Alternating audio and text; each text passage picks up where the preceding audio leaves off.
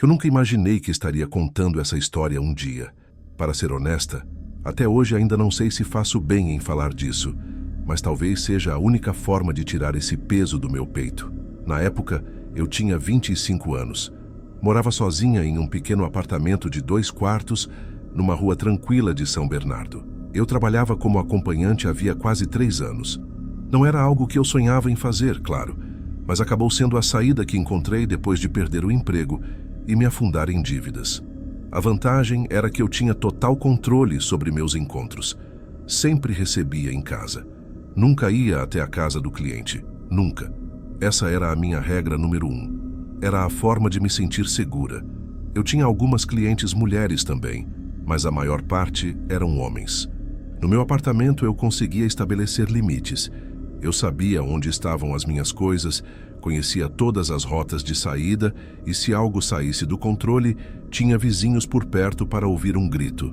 Talvez eu fosse ingênua de achar que isso bastava como segurança, mas até então nunca tinha acontecido nada demais. Foi no começo de março, numa terça-feira, que ele apareceu. O nome que ele usava era Eduardo. Entrou em contato pelo número que eu divulgava.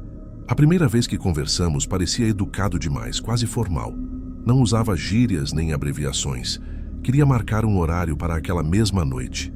Eu aceitei. Ele chegou exatamente no horário marcado, 8 da noite. Tinha algo nele que chamava a atenção.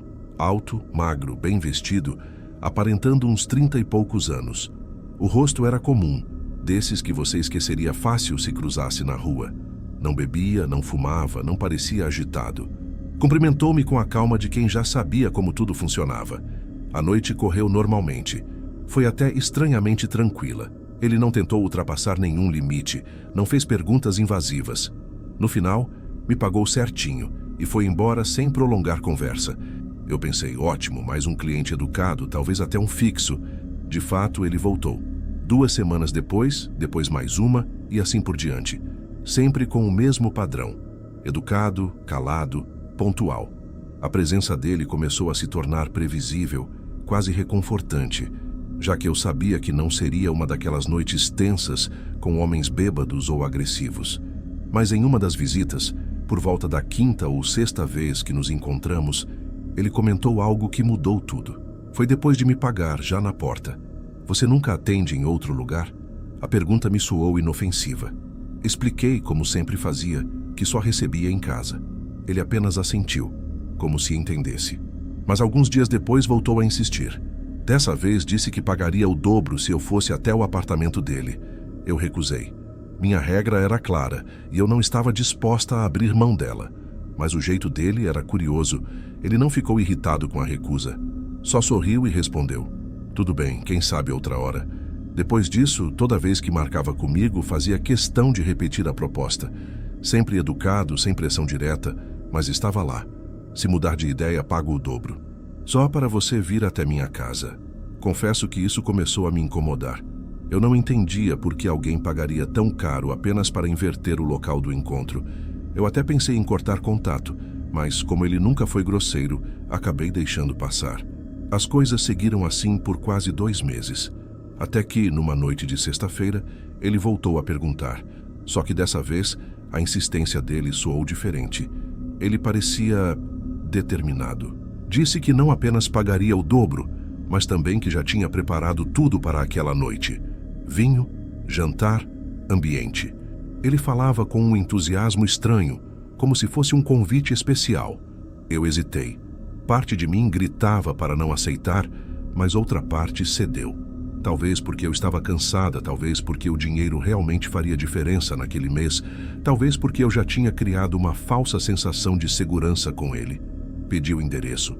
Anotei num papel e antes de sair, mandei para minha amiga Camila, que sempre foi meu ponto de apoio. Ela sabia da minha vida, não me julgava e sempre me ajudava a manter certas medidas de segurança. Eu disse a ela: "Se eu não te responder até as 2 da manhã, me liga. Esse é o endereço." Lembro do frio que senti no estômago quando desci para chamar um carro por aplicativo. O endereço que ele me passou ficava num bairro mais afastado, quase na divisa da cidade, perto de uma área industrial. Durante o caminho, a cidade foi se apagando aos poucos, Menos prédios, menos movimento, até que só restaram ruas escuras, quase desertas. O motorista perguntou se eu tinha certeza de que era ali. Eu respondi que sim, tentando soar confiante. Mas por dentro eu já me arrependia. Quando chegamos era um prédio antigo, de no máximo 3 andares, com a pintura descascada. Nenhuma movimentação nas janelas, nenhuma luz acesa além da entrada. Eduardo já me esperava na porta. Estava mais sorridente do que de costume, quase animado demais.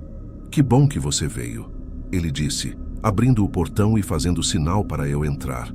O motorista foi embora e eu fiquei parada por um segundo, olhando a rua deserta.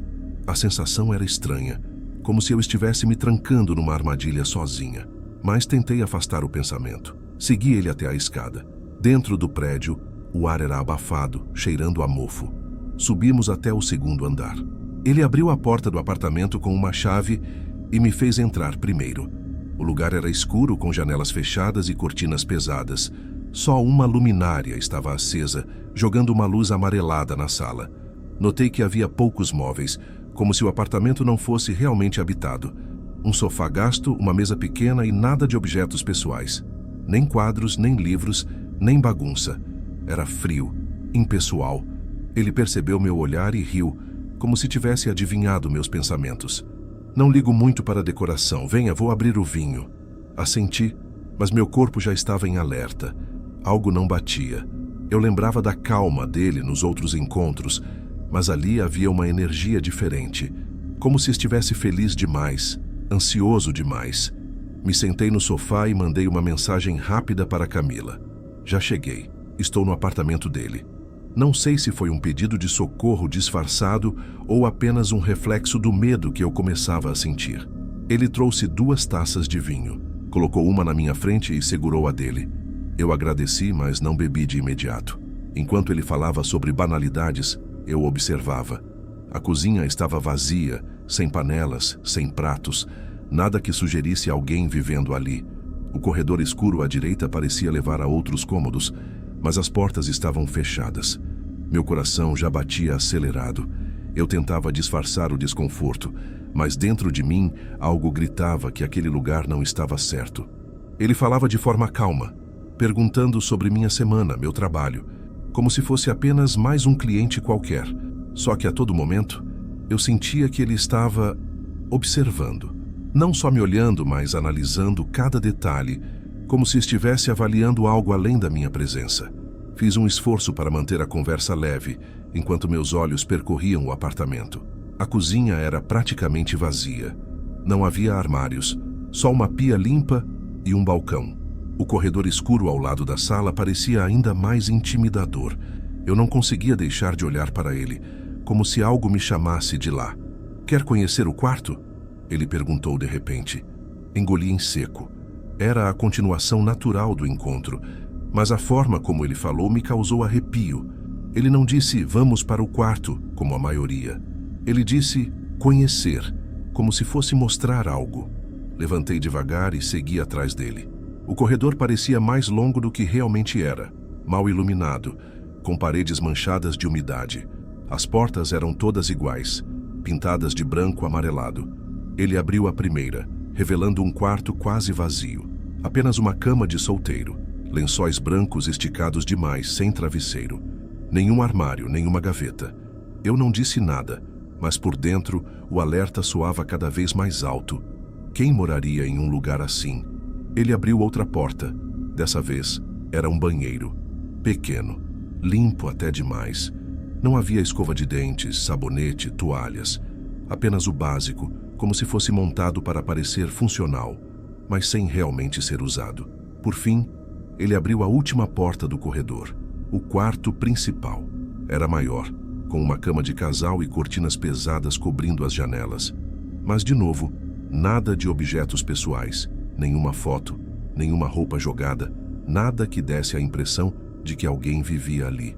Era um espaço frio, sem vida. Ele se virou para mim com aquele mesmo sorriso educado. "Fique à vontade." Eu me sentei na beira da cama, tentando controlar minha respiração. Minha mente estava em guerra. Parte de mim queria levantar e ir embora imediatamente. Outra parte me dizia que talvez eu estivesse apenas paranoica, que ele só era um cara estranho que não ligava para a decoração. Mas então notei algo. No canto do quarto, perto da parede, havia uma porta entreaberta. Era pequena, parecia levar a outro cômodo ou talvez um closet. Só que dali vinha um cheiro estranho, metálico, parecido com ferrugem. Ele percebeu meu olhar e rapidamente fechou a porta. Ah, é só um depósito, nada demais. O jeito apressado com que fez isso me gelou por dentro. Eu quis perguntar o que havia ali, mas as palavras não saíram. Senti o coração batendo na garganta. Ele sentou ao meu lado e por um momento fiquei paralisada. Quando sua mão tocou a minha, o instinto falou mais alto. Levantei fingindo sorrir. Preciso ir ao banheiro rapidinho, disse, tentando soar natural. Ele apenas assentiu. Fechei a porta do banheiro atrás de mim e apoiei as mãos na pia. Minha cabeça girava. Peguei o celular escondido na bolsa e vi a mensagem da Camila piscando na tela. Tá tudo bem? Eram 23 horas e 12 minutos. Eu digitei rápido. Não, esse lugar tá estranho. Se eu não te responder em 30 minutos, chama ajuda. Apaguei a notificação e escondi o celular de novo. Quando saí, ele estava encostado na parede do corredor me esperando. O sorriso ainda no rosto, mas agora parecia diferente. Como se ele soubesse que eu estava desconfortável. Quer ir embora já? Ele perguntou, a voz calma demais. Eu hesitei. Se dissesse sim, ele poderia não deixar. Se dissesse não, teria que continuar ali, presa naquela sensação horrível. Acabei respondendo, talvez mais um pouco. Ele pareceu satisfeito. Voltamos para a sala. Eu me sentei no sofá. Ele sentou na poltrona em frente, me encarando em silêncio. O ambiente estava pesado. Eu tentava encontrar uma saída mental. Como sair dali sem provocar nada? Então ouvi um som abafado vindo do quarto. Algo como uma batida suave, repetida, como se alguém batesse devagar contra a madeira. Olhei na direção do corredor, tentando disfarçar o pânico. Ele percebeu. O prédio é velho. Sempre faz barulho. Disse sem que eu tivesse perguntado nada. Meu sangue gelou. Ele tinha notado que eu ouvi. Fingi concordar, mas cada segundo parecia me empurrar mais para um abismo. De repente, ele se levantou. Vou buscar mais vinho, falou, indo em direção à cozinha. Esse foi o momento em que percebi que não podia ficar ali. Peguei meu celular e discretamente enviei minha localização em tempo real para Camila. Minhas mãos tremiam tanto que quase derrubei o aparelho. Segundos depois, ouvi novamente aquele som vindo do quarto, só que mais forte. Uma batida seca, como se algo pesado tivesse se movido atrás daquela porta que ele tinha fechado às pressas. Minha respiração acelerou. Eu estava prestes a levantar quando senti atrás de mim um leve clique, metálico. Olhei discretamente. A porta de entrada agora tinha um trinco extra, que não estava fechado antes. Ele tinha trancado por dentro. Meu estômago se revirou. Ele voltou com a garrafa de vinho e se sentou de novo, como se nada tivesse acontecido. Me ofereceu mais bebida. Eu recusei, dizendo que precisava ir porque já estava tarde. Fica só mais um pouco, ele insistiu, a voz agora um pouco mais firme. Eu sorri forçado. Desculpa, mas realmente preciso ir. Ele me olhou por longos segundos. O silêncio foi sufocante. Então se levantou devagar, caminhou até a porta e ficou parado. Não abriu. Apenas apoiou a mão na maçaneta, como se estivesse pensando. Nesse momento, meu celular vibrou. Uma mensagem da Camila. Já tô preocupada. Tá saindo daí? Eu não consegui responder. Ele olhou para mim e perguntou, você contou para alguém que viria aqui hoje? Meu coração parou. Quando ele perguntou se eu tinha contado para alguém, fiquei imóvel. Minha mente rodava em 1000 direções. O que responder? Se dissesse não, poderia estar me entregando completamente, ficando à mercê dele. Se dissesse sim, talvez ele reagisse de forma violenta. Tentei manter a calma, forçando um sorriso. Claro, eu sempre aviso minha amiga quando saio. Questão de segurança, você sabe. O sorriso dele desapareceu por um segundo. Ele apenas me encarou. E juro que aquele olhar foi mais gelado que qualquer palavra. Então, lentamente, voltou a sorrir. Faz sentido. É bom ter alguém que se preocupa. Mas eu percebi. O jeito dele não era de quem achava bom. Era de quem estava repensando alguma coisa. Ele se afastou da porta, mas não abriu. Voltou para o sofá e se jogou de forma relaxada, cruzando as pernas, como se tivesse todo o tempo do mundo. Então, o que sua amiga acharia se soubesse de verdade o que você faz? Perguntou casualmente. A pergunta me pegou de surpresa. Até aquele momento, ele nunca tinha se mostrado interessado na minha vida pessoal. Sempre mantinha distância, pagava, usava o tempo, ia embora. Agora parecia tentar cutucar. Ela já sabe. Respondi, firme. Ele arqueou as sobrancelhas. Então ela deve estar esperando você voltar. Havia algo escondido por trás dessas palavras, como se fosse uma ameaça indireta. Meu celular vibrou de novo no bolso. Tentei olhar discretamente, mas ele notou. Pode atender, disse, quase em tom de desafio. Era a Camila ligando. Atendi rápido. Tá tudo bem? Ela perguntou, a voz preocupada. Olhei para ele. Ele sorria, mas seus olhos não. Tá sim, tô indo embora já. Falei, forçando normalidade. Tem certeza? Quer que eu vá te buscar? Insistiu. Não, não precisa. Te mando mensagem quando chegar. Desliguei e o silêncio voltou. Ele não desviava o olhar. A tensão era tão forte que eu quase podia ouvir o sangue correndo nas minhas têmporas.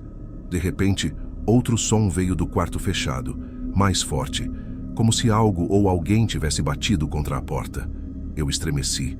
Ele apenas respirou fundo, recostando-se no sofá. Gatos, murmurou sem convicção. Eu sabia que não eram gatos, e ele também sabia que eu não acreditava. Me levantei de uma vez, tentando manter a calma. Eduardo, sério, eu preciso ir. Tá tarde. Ele se levantou devagar. Caminhou até a porta. Meu coração disparou quando vi que ele mexia no trinco, demorando mais do que o necessário. Por um instante, achei que não fosse abrir. Mas então, com um clique seco, destravou. Como quiser, disse, abrindo a porta. Saí quase correndo, descendo as escadas em passos apressados. O corredor estreito parecia nunca acabar. Quando cheguei ao portão, senti o ar frio da rua e respirei fundo, como se tivesse escapado de algo invisível. Olhei para trás. Ele estava na porta do apartamento, me observando em silêncio. Não se despediu. Apenas ficou ali, parado, até que virei a esquina. Peguei outro carro por aplicativo, com as mãos tremendo tanto que mal consegui digitar o endereço. O motorista percebeu meu estado e perguntou se eu estava bem. Menti dizendo que só estava cansada. Cheguei em casa pouco depois da meia-noite. Tranquei todas as portas, sentei no sofá e mandei uma mensagem para a Camila. Cheguei. Depois te conto. Mas não consegui dormir. Passei horas revivendo cada detalhe, cada olhar, cada som vindo daquele quarto. No dia seguinte, não atendi nenhuma ligação de clientes. Não queria ver ninguém. Fiquei em casa o dia inteiro, tentando convencer a mim mesma de que talvez tivesse exagerado, que poderia ter sido só paranoia. Mas à noite, recebi uma mensagem de um número desconhecido. Gostei muito da noite de ontem. Você é diferente. Até breve. Não havia nome, mas eu sabia que era ele. O pânico voltou instantaneamente.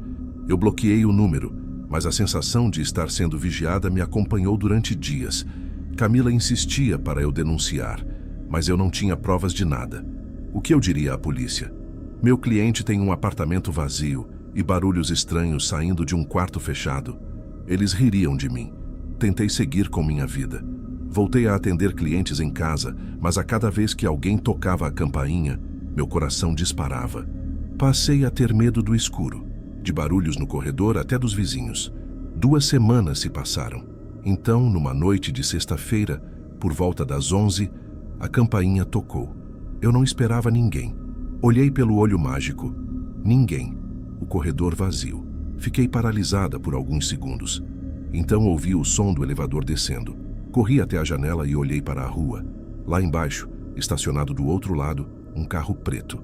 Faróis apagados, mas ligado. Não consegui ver o motorista. Fechei as cortinas imediatamente, tentando respirar. Peguei o celular e liguei para Camila, desesperada. Tem alguém me vigiando? Eu sei que é ele. Ela tentou me acalmar, mas eu já estava em pânico. Naquela noite, não consegui pregar os olhos. Nos dias seguintes, comecei a perceber coisas pequenas. passos no corredor do prédio quando eu voltava para casa, a sensação de ser seguida na rua, mensagens anônimas que nunca tinham assinatura. Uma vez, quando fui ao mercado, juro que vi um homem parado do outro lado da rua me observando. Quando olhei de novo, ele tinha desaparecido. Tudo chegou ao limite numa quarta-feira, quando recebi uma ligação de número privado. Atendi com voz trêmula. "Você não devia ter contado para sua amiga", disse uma voz masculina, calma, inconfundível. Meu corpo inteiro gelou. Era ele. Desliguei imediatamente e liguei para Camila, chorando. Ela ficou furiosa e disse que não ia mais esperar. Se eu não fosse a polícia, ela iria por mim. Eu estava assustada demais para discutir. Concordei em encontrá-la no dia seguinte para irmos juntas. Mas esse dia seguinte nunca chegou. Naquela noite, pouco depois da meia-noite, alguém bateu na minha porta. Primeiro uma batida leve, depois mais forte. Eu congelei no sofá sem conseguir me mover. A campainha tocou 3 vezes seguidas. Peguei o celular e liguei para Camila. "Tem alguém na minha porta", sussurrei quase sem ar.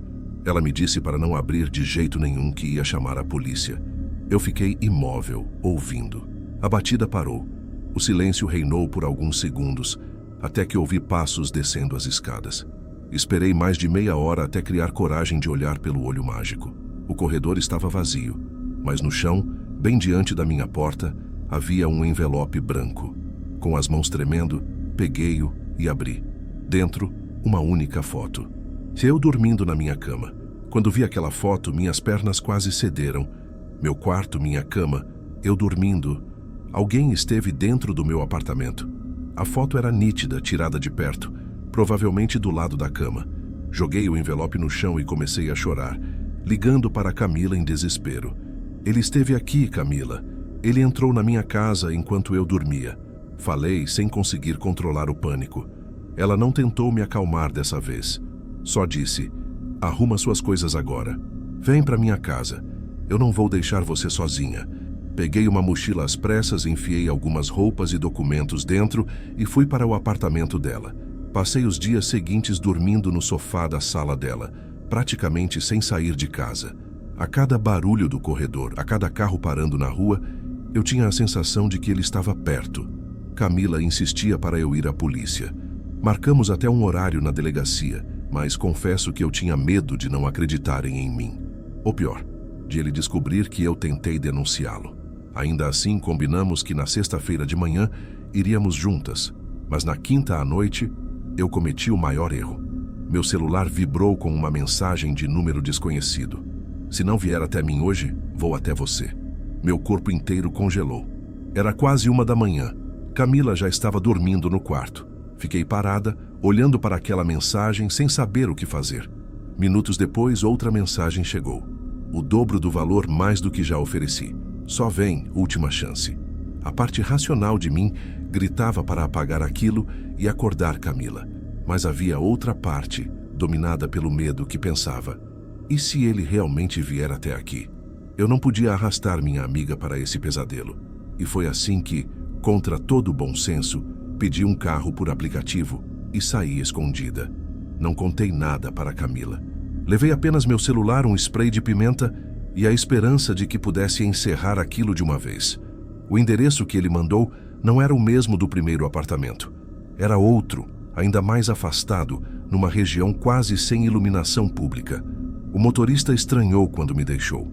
Olhou para o prédio velho, todo pichado, e comentou: "Moça, isso aqui não parece seguro, não." Eu sorri sem jeito e disse que estava tudo bem, mas por dentro eu sabia que não estava. Eduardo me esperava na porta como da primeira vez. O sorriso dele era largo demais, os olhos brilhando como se estivesse ansioso. "Eu sabia que você viria", disse abrindo o portão. Subimos uma escada escura, cheia de marcas de infiltração. Quando entramos no apartamento, percebi que era parecido com o outro. Vazio, impessoal, silencioso demais. Mas havia uma diferença. Dessa vez, algumas portas estavam abertas. De relance, vi dentro de um dos quartos uma maca metálica encostada na parede. Sobre ela, instrumentos que eu não conseguia identificar bem, mas brilhavam sob a luz fraca. Meu estômago se revirou. Ele percebeu para onde eu olhava e fechou a porta rapidamente. "Esse andar é em reforma." Não liga pra bagunça. Meu coração já batia tão forte que parecia que ia explodir. Eu precisava sair dali. Mas antes que pudesse inventar uma desculpa, ele segurou meu braço com força. O tom educado desapareceu. Você não vai a lugar nenhum ainda. Tentei puxar o braço, mas ele era mais forte. Joguei o spray de pimenta direto no rosto dele. Ele gritou, cambaleou e eu corri em direção à porta. Só que quando tentei abrir, percebi que estava trancada com chave por fora. Comecei a gritar, batendo na madeira com toda a força. O prédio parecia vazio. Ninguém respondeu. Atrás de mim, ouvi passos pesados. Corri pelo corredor, abrindo portas desesperadamente. O primeiro quarto estava vazio. O segundo, não. Quando entrei, o ar me faltou. Era um cômodo frio, com paredes azulejadas até o teto. No centro, 2 macas de inox. Ao lado, caixas de instrumentos cirúrgicos, luvas descartáveis, pacotes de plástico transparente. O cheiro de desinfetante era tão forte que queimava as narinas. Mas o pior não eram os objetos. Era o que estava em uma das macas. Um corpo. Uma mulher jovem, desacordada, conectada a tubos e amarras. Senti o chão sumir sob meus pés. Meus olhos lacrimejaram. Ela estava viva, mas fraca. Respirava com dificuldade. Um rangido atrás de mim.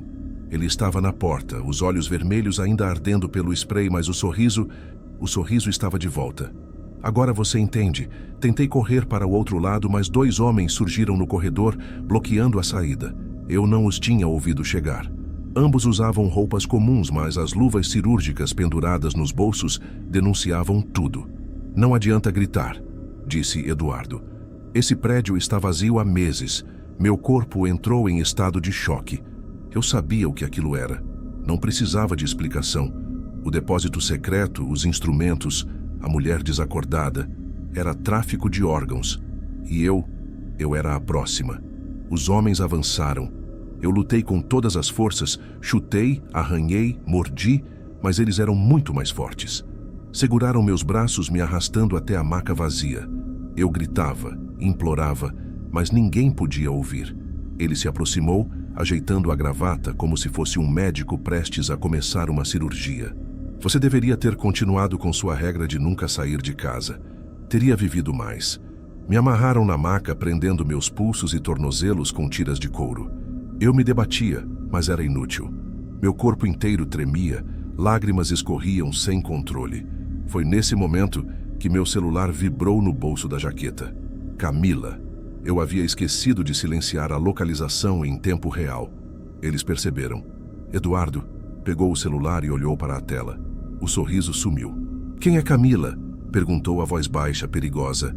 Eu não respondi. Apenas chorava, implorando para me soltarem. Ele socou a parede furioso. "Droga!" gritou. Os homens começaram a discutir entre si em voz baixa. Não consegui entender tudo, mas peguei fragmentos. "Polícia? Precisamos sair? Rápido!" Meu coração disparou de esperança.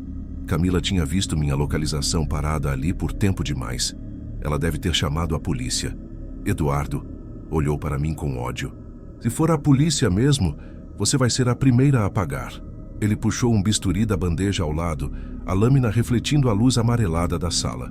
Aproximou-se do meu rosto, encostando o fio frio na minha pele. "Ninguém vai ouvir seus gritos." Eu fechei os olhos, rezando, implorando em silêncio para que a polícia chegasse a tempo. E então, lá fora, ouviam-se sirenes. Distantes, mas se aproximando. As sirenes ecoavam lá fora, ainda distantes, mas cada vez mais próximas. O som parecia vir do fundo de um túnel, misturado com o meu coração batendo nos ouvidos. Eduardo congelou por um segundo, bisturi ainda na mão, e olhou para os 2 homens. "Limpem tudo. Agora", disse, a voz baixa, mas urgente. Um dos homens correu para um armário no canto, começou a enfiar instrumentos em sacolas plásticas. O outro desligou rapidamente um aparelho que mantinha a mulher desacordada respirando por um tubo. O pânico deles era real. Eu me debatia nas amarras, tentando me soltar, mas era inútil. O couro apertava cada vez mais os pulsos.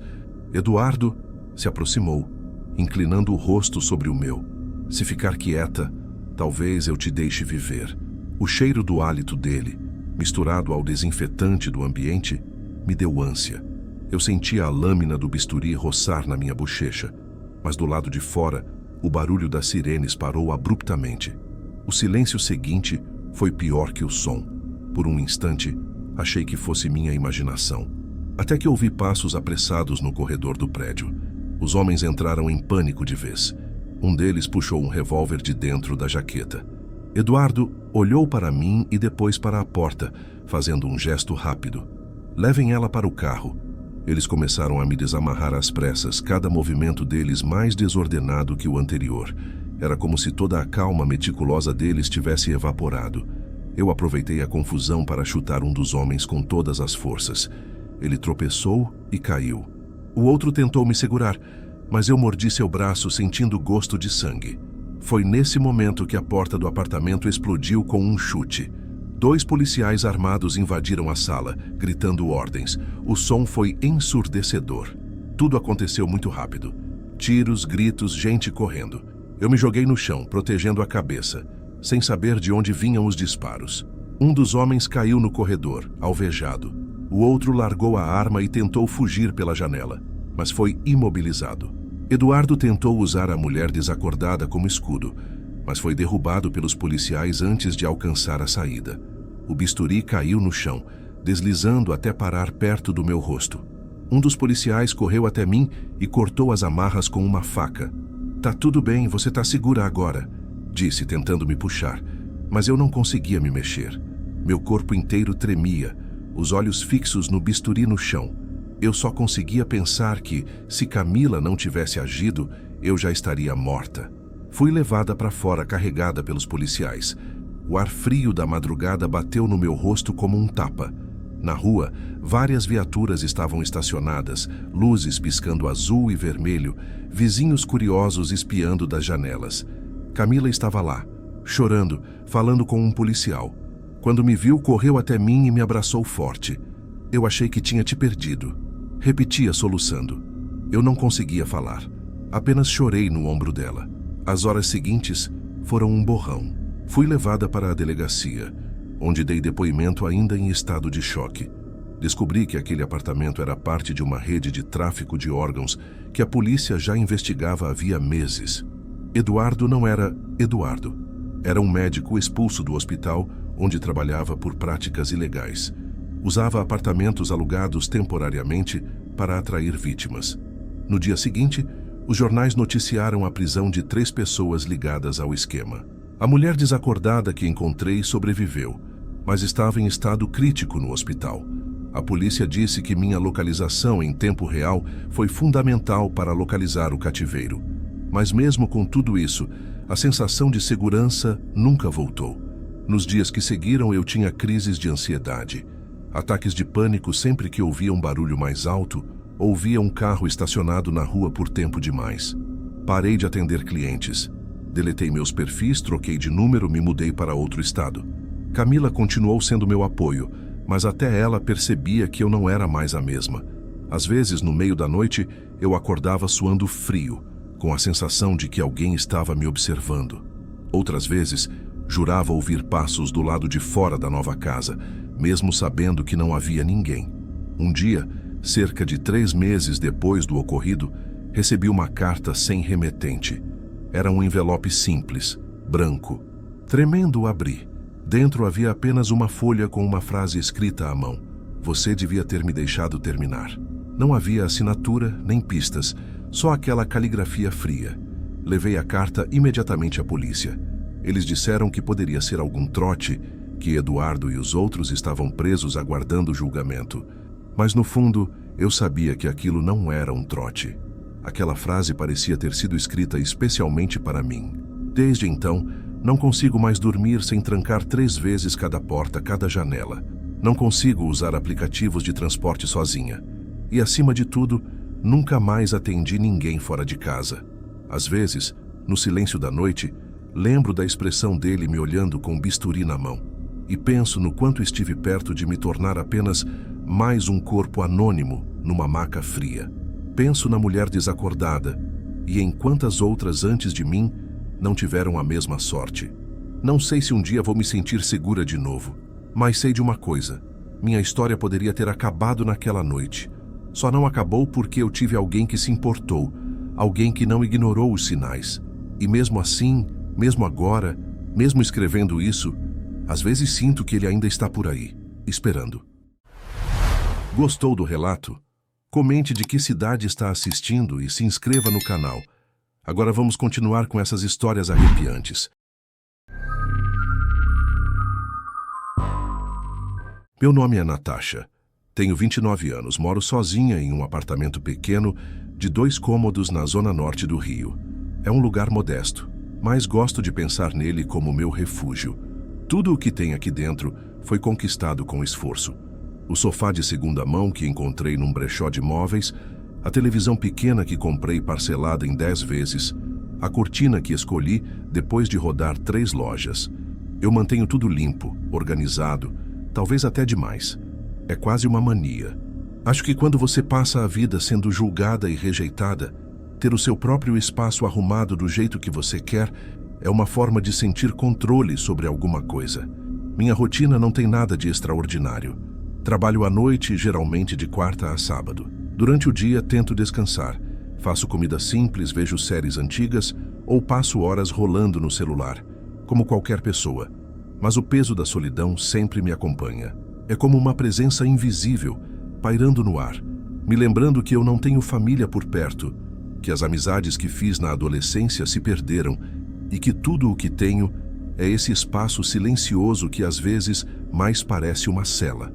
Sou uma mulher trans, e isso por si só já molda cada detalhe da minha vida. Não é só sobre quem eu sou, é sobre como o mundo me enxerga. Desde cedo, aprendi que as pessoas olham para mim com desconfiança, desprezo ou pior, com aquela fetichização nojenta que tira de mim qualquer traço de humanidade. Para uns, eu sou invisível. Para outros, sou alvo de piada, de raiva ou de violência.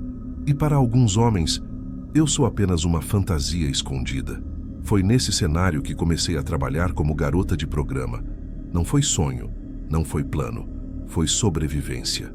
Quando você é expulsa de casa ainda jovem, sem apoio, sem emprego formal porque as empresas não aceitam quem você é, as opções se estreitam. Aos 18, descobri que homens casados pagariam para ter algumas horas comigo, escondidos de suas esposas, da família, de todos. Eles vinham em silêncio, com medo, e saíam como se nada tivesse acontecido. Com o tempo, essa vida virou rotina. Alguns eram violentos, outros carinhosos demais, como se tentassem apagar a culpa me tratando como uma boneca frágil. Mas a maioria só queria descarregar um desejo que não podiam assumir em público. Eu me acostumei com a hipocrisia, mas nunca com a forma como me olham depois. Sempre existe aquele segundo, logo após o prazer, em que percebo nos olhos deles o peso da vergonha. É como se naquele instante eu deixasse de ser alguém e virasse apenas um erro do qual eles querem se livrar. Já sofri de tudo. Cliente que me deixou sozinha em um motel sem pagar, outro que me ameaçou com uma faca porque eu disse que a hora tinha acabado, vizinhos cochichando no elevador, rindo quando pensam que eu não escuto. Uma vez, no mercado, uma mulher me encarou de cima a baixo e perguntou alto para o caixa: "Isso aí vai pagar como? No corpo?" Eu sorri, fingi que não doeu, mas cheguei em casa e chorei por horas. É estranho dizer isso, mas eu desenvolvi uma casca. Aprendi a não reagir, a não me deixar atingir tanto. Mas no fundo cada ferida se acumula, cada palavra, cada riso, cada olhar atravessa a pele e fica guardado em algum lugar dentro de mim. E foi nesse contexto que conheci o Jadson. Ele apareceu pela primeira vez numa quarta-feira à noite no meu apartamento. Eu já tinha falado com ele pelo celular e percebi que era mais cuidadoso do que os outros. Marcou com antecedência, pediu fotos, quis confirmar meu endereço 3 vezes. Quando chegou, batendo de leve na porta, parecia nervoso. Abri e vi um homem de uns 40 e poucos anos. Cabelo já ralo, óculos de aro fino, camisa social que parecia ter passado o dia inteiro no corpo. Ele segurava uma mochila de couro velha e tinha aquele olhar perdido de quem não sabe se deve estar ali. "Você é a Natasha?" perguntou baixinho. "Sim, entra", respondi. Ele entrou devagar, como se meu apartamento fosse território sagrado. Sentei com ele no sofá. Ofereci uma taça de vinho barato que eu já tinha aberto. Ele aceitou. E, curiosamente, não começou falando do que queria fazer. Começou perguntando sobre mim. Isso não era comum. A maioria dos homens evita me conhecer de verdade. Eles preferem manter distância, como se saber meu signo ou minha comida favorita fosse tornar o ato mais real e, portanto, mais sujo. Mas Jedson perguntou da minha vida, do meu dia, até da decoração do apartamento. Naquela noite ficamos juntos. Mas quando terminou, ele não foi embora de imediato. Ficou sentado, olhando para o chão, como se estivesse refletindo. Depois disse: eu precisava conversar com alguém. Eu não respondi. Só ouvi. Ele falou da esposa, dos filhos pequenos, do trabalho sufocante. Falou como se eu fosse um confessionário. E eu deixei. Porque, de certa forma, ouvir era mais fácil do que falar da minha própria vida. Depois dessa primeira vez, ele voltou. 1, 2, 3 vezes. Quase sempre às quartas. Eu comecei a esperar por ele. Ele trazia vinho, às vezes pizza, e sempre tinha algo para desabafar. Ele ria das minhas piadas, e, diferente dos outros, não parecia olhar para mim com aquele desprezo silencioso. Mas, claro, eu sabia a regra. Ele era casado, tinha família. Para ele, eu era apenas o refúgio que ninguém poderia descobrir. Ainda assim, contra a minha própria vontade, comecei a me apegar. Havia noites em que eu ficava acordada, rolando o celular, esperando uma mensagem dele. E quando ela vinha, meu peito se aquecia, mesmo sabendo que era perigoso me permitir sentir aquilo. Eu vivia nesse contraste. O peso de uma rotina solitária, cercada por preconceito e medo, e a estranha companhia de um homem que parecia ver em mim mais do que apenas um corpo. E foi exatamente isso que acabou me colocando em risco. Com o tempo, Jedson passou a fazer parte da minha rotina de uma forma que eu não queria admitir. Ele vinha quase sempre no mesmo horário, às quartas, pouco depois das 10 da noite. Eu já sabia o barulho dos passos dele no corredor, o jeito hesitante de bater na porta, sempre 2 batidas leves, como se tivesse medo de acordar os vizinhos. Às vezes, até antes da batida, eu sentia que era ele, como se meu corpo tivesse decorado a presença dele. Diferente de outros homens, ele não desaparecia de repente, nem sumia por meses. Pelo contrário, parecia cada vez mais dependente daquelas noites comigo. E eu, contra todas as minhas próprias regras, também comecei a esperar por ele. Mas havia momentos em que essa aproximação me incomodava. Eu sabia que quanto mais íntimo ele se tornasse, mais arriscado seria. Uma coisa era atender clientes ocasionais, que entram e saem da sua vida sem deixar rastro. Outra é se tornar parte da rotina de alguém casado, que tem muito a perder se for descoberto. E nesses casos, quase sempre quem paga o preço somos nós. Ainda assim, eu deixei acontecer. Uma noite, enquanto fumávamos juntos na janela, ele me mostrou uma foto dos filhos. 2 meninos pequenos, de uniforme escolar, sorrindo com o rosto lambuzado de chocolate. Eu não sabia o que dizer. Aquilo me deu um aperto no peito. Não porque eu não achasse bonito, mas porque ficou mais claro do que nunca o que estava em jogo. Eles são minha vida, ele disse, olhando fixo para a tela do celular. Mas às vezes eu sinto que estou sufocado. Fiquei em silêncio. Não era meu papel opinar, eu só escutava. Ele continuou.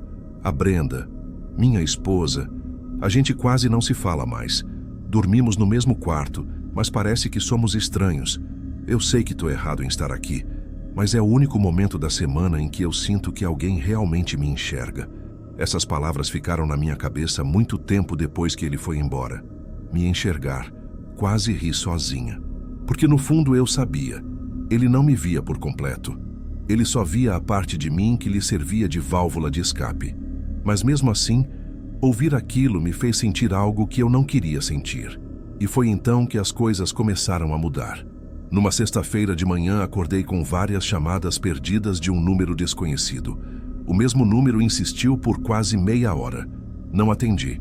Minhas mãos suavam só de olhar a tela. Eu já tinha aprendido que, no meu ramo, números desconhecidos nunca trazem coisa boa. Naquela mesma semana, percebi que alguém tinha criado um perfil falso no Instagram só para me vigiar. Nenhuma foto, nenhum seguidor.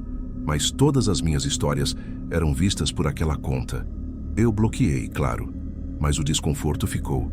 Sentia que havia olhos em cima de mim, silenciosos, esperando um descuido.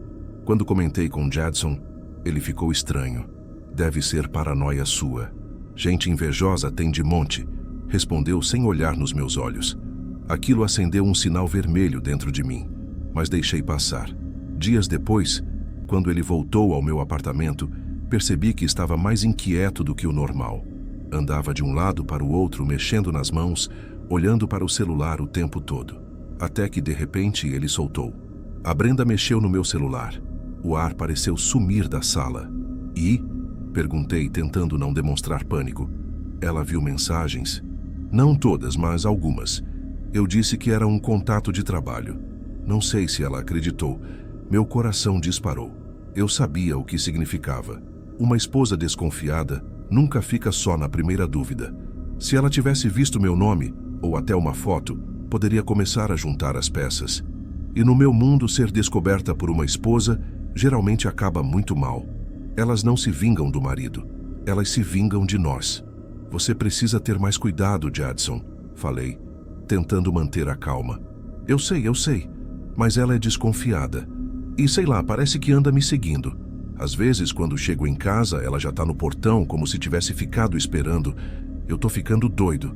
Houve um silêncio pesado entre nós. Naquele momento, eu deveria ter cortado tudo. Eu deveria ter bloqueado ele, fechado a porta e nunca mais atendido. Mas eu não consegui, porque no fundo, eu também já estava envolvida demais. Nas semanas seguintes, as coisas pioraram. Comecei a sentir que alguém estava rondando meu prédio. Não era impressão minha. Certa noite, voltando do mercado, vi um carro estacionado na esquina. Dentro, uma mulher com os braços cruzados, olhando fixamente para a portaria. Não a reconheci, mas meu corpo inteiro tremeu. Caminhei rápido, subi correndo as escadas, fechei a porta do apartamento e fiquei lá dentro, encostada na parede, tentando controlar a respiração. No dia seguinte, quando fui trabalhar, percebi que a mesma mulher estava novamente, mas em outro carro, parado a poucos metros. Dessa vez, ela usava óculos escuros, mesmo já sendo noite. Fingiu olhar para o celular quando passei, mas era óbvio que estava me observando. Era a esposa. Não precisava de confirmação. Eu sentia. Enviei uma mensagem para o Jadson, furiosa. A sua mulher está me seguindo. Você enlouqueceu? Vai acabar comigo. Ele demorou para responder. Quando respondeu, foi frio. Não sei do que você está falando. Você deve estar confundindo. Confundindo. Aquilo me deixou ainda mais assustada, porque se ele não admitia, significava que a situação estava fora de controle. Na mesma semana, recebi uma ligação anônima no meio da madrugada. Atendi sem pensar, e uma voz feminina, baixa e carregada de ódio, disse apenas: "Eu sei quem você é." Antes que eu pudesse reagir, a ligação caiu. Naquela noite, não consegui dormir. Fiquei no sofá com a luz da cozinha acesa, ouvindo cada estalo do prédio, cada carro que passava na rua, cada sombra que se movia na janela. Eu sabia que minha vida estava prestes a se tornar um inferno. E eu ainda não fazia ideia do quão longe ela estava disposta a ir. Depois daquela ligação anônima, meu corpo entrou num estado de alerta permanente. Qualquer barulho me fazia estremecer. O som do portão batendo, passos no corredor, até o arrastar de móveis do vizinho de cima. Tudo parecia suspeito. Eu me pegava olhando pelo olho mágico várias vezes ao dia, como se esperasse encontrar alguém ali, parado, me observando. Eu sabia que era ela. A esposa. O tom da voz naquela ligação não me deixava dúvidas. E pior, se ela tinha meu número, também tinha meu nome. Se tinha meu nome, podia descobrir meu endereço. Talvez já tivesse. Talvez ela já soubesse tudo. Uma noite, por volta das 11, estava sozinha no sofá quando ouvi passos lentos subindo a escada do prédio. Meu andar era o último, e normalmente as pessoas passavam direto. Mas aqueles passos pararam na minha porta. Um silêncio pesado se instalou. Segundos depois, 2 batidas leves. Não eram como as de Jadson. Não eram hesitantes. Eram secas, rápidas, como uma ordem. Meu corpo inteiro congelou. Eu não tive coragem de me levantar. Não disse nada. Fiquei imóvel, sentindo meu coração martelar. O silêncio durou quase 1 minuto, até que os passos voltaram pelo corredor, descendo devagar. Eu só consegui respirar de verdade quando ouvi o portão bater lá embaixo. No dia seguinte, enviei uma mensagem para Jadson. Sua mulher veio até minha porta ontem à noite. Ele demorou quase 2 horas para responder. Quando respondeu, foi com uma frase que me fez sentir mais medo do que alívio. Não abre mais a porta para ninguém, nem para mim. Eu li e reli aquilo dezenas de vezes. Ele parecia saber algo que não queria me dizer. Eu tentei ligar, mas ele não atendeu. Durante dias, ele sumiu. Nenhuma mensagem, nenhuma visita. Nesse período, as coisas pioraram. Passei a receber ligações silenciosas, sempre de madrugada. Às vezes, alguém respirava do outro lado da linha, fundo, pesado. Outras vezes, ficava em silêncio total até cair. Eu bloqueava os números, mas novos sempre surgiam. E então veio a pior parte. Comecei a perceber coisas estranhas dentro do meu próprio apartamento. Um dia, cheguei do trabalho e vi que a cortina estava aberta. Eu nunca deixava aberta. Sempre fechava antes de sair. Outra vez, encontrei a toalha do banheiro molhada, mesmo não tendo usado. Uma terceira vez, percebi que minhas gavetas estavam ligeiramente fora do lugar, como se alguém tivesse mexido. No início, tentei me convencer de que estava ficando paranoica. Talvez eu mesma tivesse esquecido a cortina aberta. Talvez a toalha estivesse úmida do banho da manhã. Mas quanto mais isso se repetia, mais impossível era acreditar em coincidência. A gota d'água aconteceu numa madrugada de sexta. Eu estava tentando dormir quando ouvi um clique metálico vindo da porta de entrada. Levantei devagar, sem acender a luz, e fiquei parada na sala, segurando a respiração. O clique se repetiu, mais forte. Alguém estava mexendo na fechadura. Minha primeira reação foi pegar o celular e discar 190, mas antes de ligar, o barulho cessou. Corri até a porta e olhei pelo olho mágico. O corredor estava vazio. Fiquei ali por minutos esperando qualquer sinal, até que finalmente recuei, tremendo tanto que mal conseguia segurar o celular. No dia seguinte, troquei a fechadura. Mandei mensagem para Jadson de novo. Sua esposa vai acabar com a minha vida. O que você está escondendo? Ele só respondeu horas depois. Você não entende, ela não é como as outras mulheres. Ela faz coisas. Ela é capaz de qualquer coisa. Li aquela mensagem repetidas vezes, com um frio percorrendo minha espinha. Pela primeira vez, eu percebi que talvez não estivesse lidando apenas com ciúmes ou desconfiança. Talvez estivesse lidando com ódio puro, calculado e direcionado totalmente para mim. Alguns dias depois, finalmente consegui encontrar o Jadson. Ele apareceu sem avisar, tarde da noite, visivelmente abalado. Seu rosto estava pálido, os olhos vermelhos, como se não dormisse há dias. Entrou sem dizer nada, sentou no sofá e colocou a cabeça entre as mãos. Ela sabe, ele murmurou, quase sem voz. Como assim, sabe? Perguntei. Tudo, seu nome, seu endereço, até como é seu apartamento. Meu corpo gelou.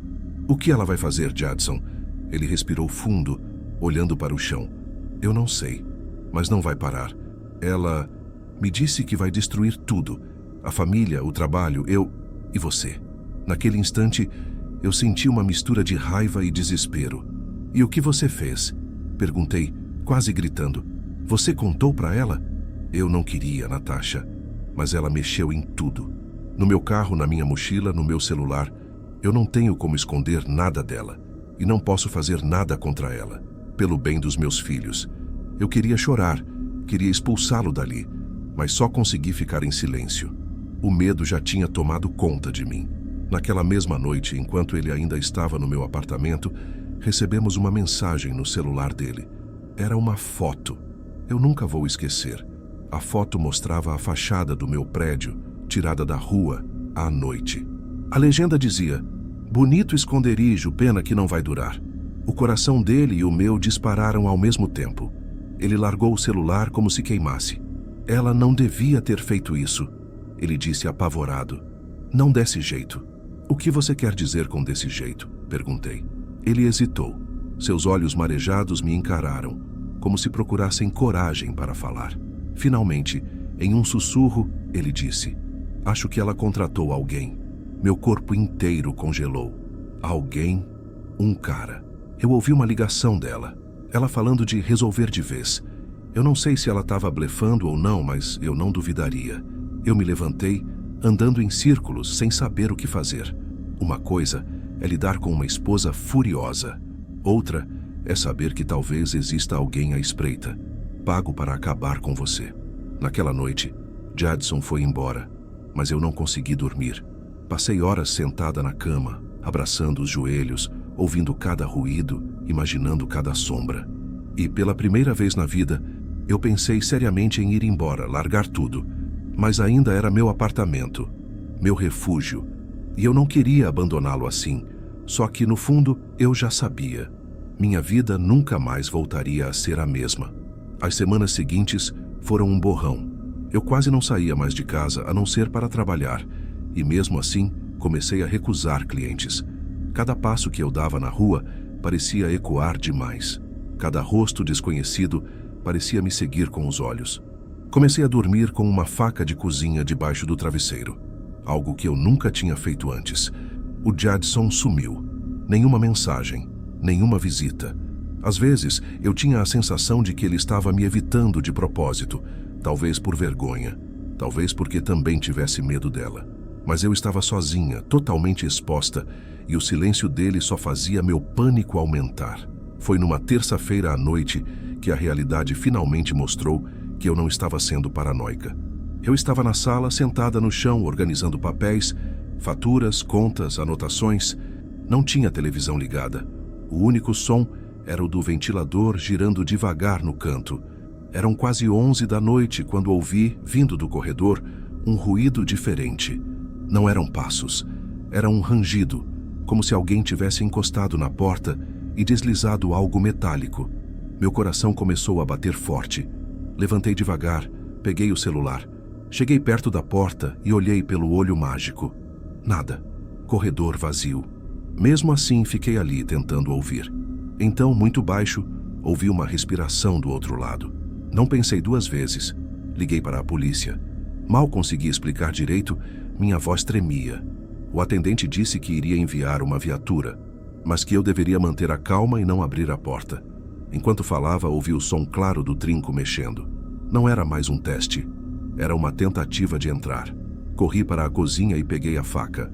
Voltei para a sala, encostei a porta com todo o peso do meu corpo, sentindo o metal vibrar quando alguém tentou empurrar. "Quem tá aí?" Gritei, minha voz falhando. Silêncio. Depois, um sussurro masculino, tão baixo que quase não ouvi. "Você sabe quem é." Eu quase deixei a faca cair. Não reconheci a voz, mas o tom, frio, impessoal, como de alguém que só tinha um objetivo. De repente parou. O trinco cessou. Os passos recuaram. Corri para a janela e olhei lá embaixo. Vi um homem de boné preto atravessando a rua, entrando num carro escuro estacionado na esquina. O carro arrancou devagar, sem pressa, como se não tivesse nada de errado. Fiquei paralisada por alguns segundos. Quando finalmente consegui me mexer, minhas mãos tremiam tanto que mal consegui digitar no celular. Mandei uma mensagem para Jadson. Alguém tentou entrar no meu apartamento. Um homem. Eu vi. Ela contratou mesmo. Ele respondeu apenas minutos depois. E a mensagem dele foi pior do que qualquer silêncio. "Sai daí agora. Vai para qualquer outro lugar. Ela não vai parar." A polícia chegou, mas como não encontraram ninguém, acharam que era mentira, ou mesmo um trote. Me deram uma bronca e foram embora. Peguei minha bolsa, meus documentos e desci correndo as escadas. Não chamei elevador. O corredor parecia sufocar. Quando saí na rua, a noite estava vazia, pesada. Só o som distante de motos passando. Não vi o carro escuro, mas a sensação de que alguém me observava era tão real que doía fisicamente. Peguei um táxi e fui para um hotel barato no centro. Fiquei lá 2 dias, sem sair do quarto. As janelas ficavam fechadas o tempo todo. Eu mal comia, só chorava e pensava no que fazer. Na segunda noite, recebi uma mensagem de um número desconhecido. Era uma foto minha tirada no saguão do hotel algumas horas antes. A legenda dizia: "Você não pode se esconder." Meu estômago revirou. Senti que ia desmaiar. Liguei imediatamente para Jadson, que dessa vez atendeu. Ele estava chorando. "Natasha, eu tô perdido. Ela sabe de tudo. Ela me ameaçou também. Eu não consigo controlar. Eu nunca imaginei que ela faria isso. Eu vou morrer, Jadson. É isso que vai acontecer. Falei, quase sem voz. Você tem ideia do que você fez? Ele ficou em silêncio por um tempo, depois disse, eu vou dar um jeito, eu prometo. Não deixa ela te pegar. Desliguei tremendo. Decidi que não podia mais esperar. Fui até a delegacia mais próxima. Registrei um boletim de ocorrência, expliquei tudo. Mostrei as mensagens, as fotos, os números de telefone. O policial me ouviu, mas o olhar dele dizia tudo. Sem provas concretas, era difícil agir. Voltei para o hotel arrasada. Era madrugada quando ouvi uma batida na porta do quarto. Uma batida seca, rápida. Meu corpo inteiro gelou. Não podia ser a polícia. Eles não batem assim. Quem é? Perguntei, tentando manter a voz firme. Silêncio. Outra batida mais forte. Peguei a faca de mesa do hotel. A batida cessou. 1 minuto depois ouvi passos se afastando pelo corredor. Corri para a porta, olhei pelo olho mágico. Vi apenas um homem de boné preto virando a esquina. O mesmo do meu prédio. Naquela noite, não dormi. Fiquei sentada no chão, encostada na parede, olhando para a porta até o dia amanhecer. No dia seguinte, arrumei minhas coisas e decidi voltar para casa. Eu estava exausta. Não podia viver fugindo para sempre. Quando entrei no meu apartamento, tudo parecia igual, mas ao mesmo tempo diferente. O ar estava pesado, parado, como se alguém tivesse acabado de sair dali. Fui até o quarto e percebi que minha gaveta estava aberta. Sobre a cama, um bilhete escrito à mão. Você devia ter parado. Última chance. Minhas pernas falharam. Sentei no chão, respirando rápido, tentando não entrar em pânico. Eu estava sozinha. Não havia mais para onde correr. Mas algo dentro de mim, talvez o mesmo instinto que me manteve viva até ali, disse que eu precisava reagir. Se eu ficasse ali esperando, seria só uma questão de tempo. Peguei meu celular, liguei para um amigo antigo, um dos poucos que ainda me falava. Contei tudo. Ele me ofereceu ajuda imediata. Disse para eu ir para a casa dele, em Niterói. Eu estava prestes a sair quando meu celular vibrou. Uma nova mensagem, do mesmo número desconhecido. Hoje acaba. Meu corpo inteiro tremeu. Olhei para a porta. Ouvi passos no corredor. E pela primeira vez, eu não pensei. Corri para a cozinha, peguei a faca e me escondi atrás da porta. A maçaneta girou lentamente.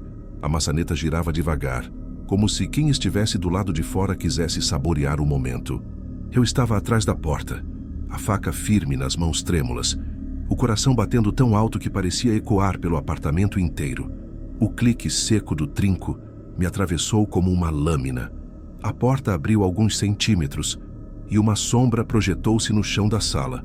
Eu quase gritei, mas segurei a respiração.